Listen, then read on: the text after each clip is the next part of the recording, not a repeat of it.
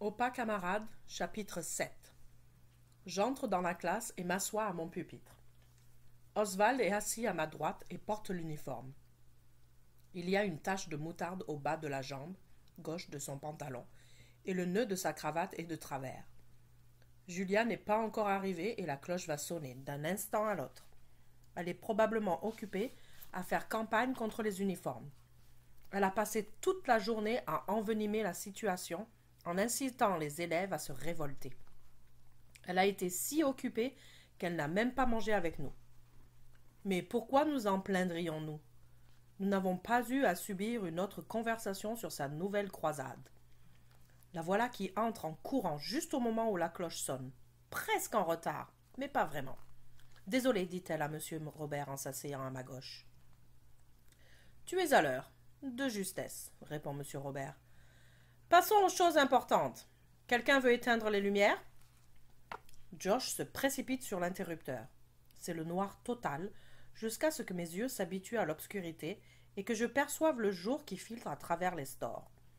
Un faisceau de lumière jaillit du projecteur et illumine l'écran. C'est un vidéoclip de YouTube.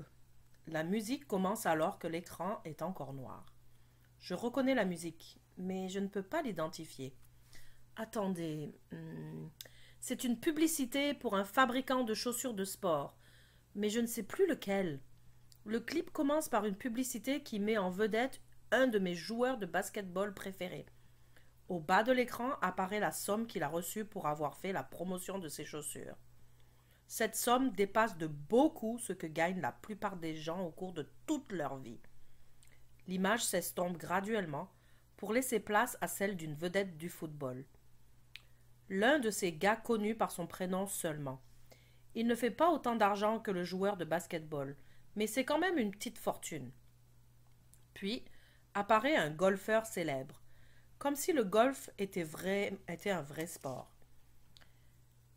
Mais ce n'est pas en billets de Monopoly qu'on le paye pour porter ses chaussures sur le verre. Cette somme lui permettrait d'aménager un terrain de golf personnel sur son île privée. Après les célébrités sportives, des chiffres apparaissent à l'écran. Ils forment une grosse somme, une très grosse somme. « Waouh !» dit Oswald. « As-tu vu le nombre de zéros ?»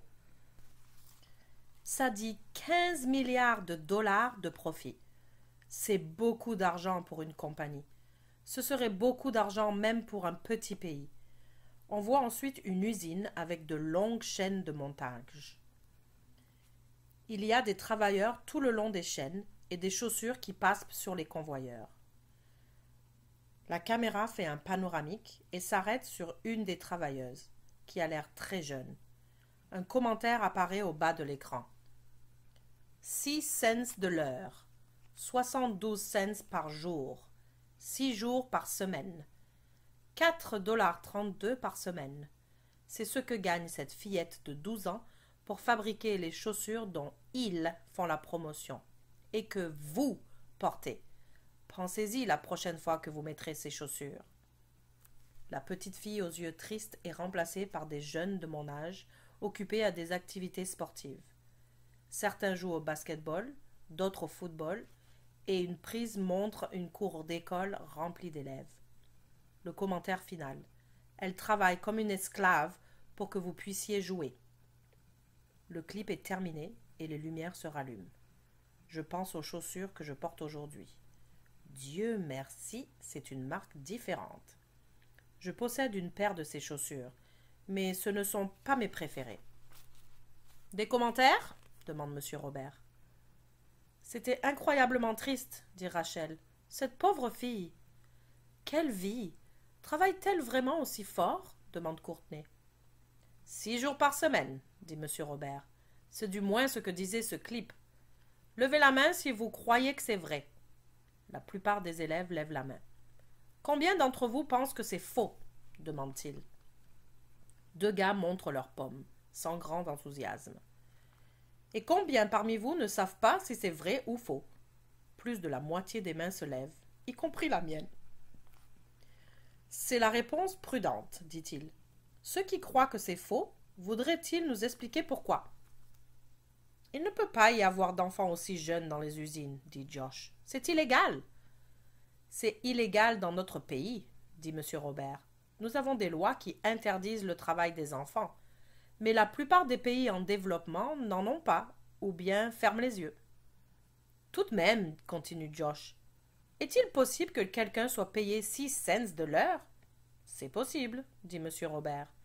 Maintenant, est-ce que ceux qui croient que ce clip dit la vérité voudraient nous expliquer pourquoi? J'ai déjà vu ce clip, dit Julia, et d'autres semblables. J'ai entendu parler de ce genre d'abus, acquiesce Cournet. Tout le monde sait que ces compagnies exploitent les enfants. Et d'où tiens-tu ça? Demande M. Robert. Tout le monde le sait, dit Courtney. Comme tout le monde sait que le ciel est bleu et, en fait, le ciel n'est pas bleu, coupe M. Robert. D'autres explications à l'appui de ces énoncés? C'est un fait que les joueurs d'élite reçoivent des sommes faramineuses pour faire la promotion de certains produits. Et c'est aussi un fait qu'ils portent cette marque, dit Oswald. Cette portion du clip est donc vraie. Et que la compagnie fait beaucoup d'argent, dis-je. Vrai aussi.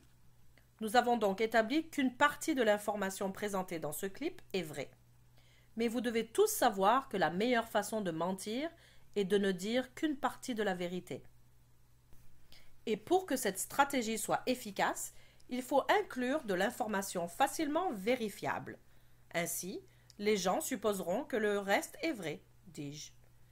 Tout à fait exact, Yann, dit M. Robert. Alors, doit-on supposer que tout ça n'est pas vrai? Demande Oswald. Je n'ai pas dit ça, dit M. Robert. Alors vous dites que c'est vrai? Je ne dis pas ça non plus. Quelqu'un peut me donner une autre raison de croire que cette vidéo dit la vérité? Demande M. Robert. Yann? Je parierais que tous les chiffres et les faits sont véridiques, dis-je. Qu'est-ce qui te fait dire ça? Si c'était des mensonges, la compagnie poursuivrait l'auteur du clip ou exigerait qu'il soit supprimé du site YouTube, dis-je. Tu fais preuve de pensée critique, mais comme nous le savons, on ne peut pas croire toute l'information qui nous est présentée, surtout de nos jours. Autrefois, lorsque j'étais plus jeune, on trouvait généralement l'information dans des livres de référence, tels les encyclopédies. Pas sur des tablettes gravées? Demande Oswald. Tout le monde rit, y compris M. Robert. Le papier avait été inventé à cette époque, mais l'information imprimée sur papier n'était pas nécessairement véridique ou impartiale. Cependant, en règle générale, elle était rédigée par un spécialiste. Aujourd'hui, c'est très différent. N'importe quel idiot peut publier sur Wikipédia, dit Oswald. Je le sais pertinemment parce que je l'ai fait moi-même. À vrai dire, on a découvert que l'information publiée sur Wikipédia était assez exacte. Mais tu as raison, dit M. Robert. Ce n'est pas parce que c'est sur YouTube ou Twitter ou Facebook que c'est nécessairement vrai. Je pense qu'il évite délibérément de regarder Julia lorsqu'il prononce ces paroles. « Est-ce seulement cette marque de chaussures ?» demande Oswald en levant la jambe pour exhiber le fameux logo. « Pas seulement cette marque. Le clip visait cette compagnie, mais on pourrait trouver des informations semblables sur d'autres marques. » Je ramène mes pieds sous la chaise. « Et pas seulement sur les chaussures de sport. La plupart des jouets, des gadgets électroniques, des produits d'entretien domestique et des vêtements sont susceptibles d'être fabriqués dans des ateliers de misère, dit M. Robert. Ça commence à sentir le devoir, dit Oswald. Ce n'est pas un devoir. La pensée critique devrait faire partie de votre vie. Qui est intéressé à en savoir plus? Quelques mains se lèvent, dont la mienne. Lorsque quelque chose vous intéresse, vous êtes motivé à vous renseigner. Nous vivons à l'ère de l'information. Rappelez-vous d'exercer votre pensée critique. N'acceptez rien sans preuve. Et sur ce, vous pouvez partir. Mais la période n'est pas terminée, dit Oswald. Veux-tu rester plus longtemps? Demande M. Robert. Non, ça va. Je veux bien m'en aller tout de suite, dit Oswald en se levant précipitamment. En fait, dit M. Robert, je dois partir dans quelques minutes pour assister à une réunion du conseil scolaire. C'est au sujet des uniformes. Et puisqu'on parle d'uniformes, Oswald, approche-toi. Oswald va rejoindre M. Robert à l'avant de la classe. « Est-ce qu'on ne t'a jamais enseigné à faire un nœud de cravate ?»« Non, monsieur. »« Ceci ressemble plus à un nœud coulant qu'à un nœud de cravate, » dit M. Robert en l'ajustant. Plus de la moitié des élèves sont déjà sortis de la classe. Ils ont sans doute peur qu'il change d'idée. C'est peut-être une sage décision. J'attrape mes affaires et... Yann appelle M. Robert. Je m'arrête dans l'embrasure de la porte, à 2 pieds de la liberté. Tu peux me donner 2 minutes demande-t-il. Je sais que cette question n'en est pas vraiment une. Je pivote sur mes talons et retourne dans la classe. Je croise Julia qui me lance un regard interrogateur. Je hausse les épaules. Comment puis-je savoir ce qu'il me veut? Je me tiens devant le bureau de M. Robert. Il réarrange ses papiers et ne me regarde même pas. J'ai l'impression qu'il attend que la classe soit vide pour me parler. Finalement, nous sommes seuls. Il lève les yeux. As-tu l'intention d'entreprendre des recherches sur ce dont nous avons discuté aujourd'hui? Certainement, dis-je. Je suis assez impressionné par ton intérêt pour la justice sociale. J'en ai tellement à apprendre. Nous voulons tous apprendre. J'ai pensé former un club de justice sociale à l'école, dit-il. Serais-tu intéressé à le diriger? Ouais, bien sûr. Nous essaierons de sensibiliser la population étudiante aux problèmes mondiaux, de penser globalement et agir localement, dit-il. Je ne suis pas certain de comprendre, mais je me dis que ça fait justement partie de ce que j'ai encore à apprendre. Changeons de sujet. Que penses-tu des nouveaux uniformes? Demande M. Robert. Comme je n'ai pas anticipé sa question, je suis un peu pris au dépourvu. Je ne te demande pas de me révéler les secrets d'État, dit-il. Je veux seulement ton opinion.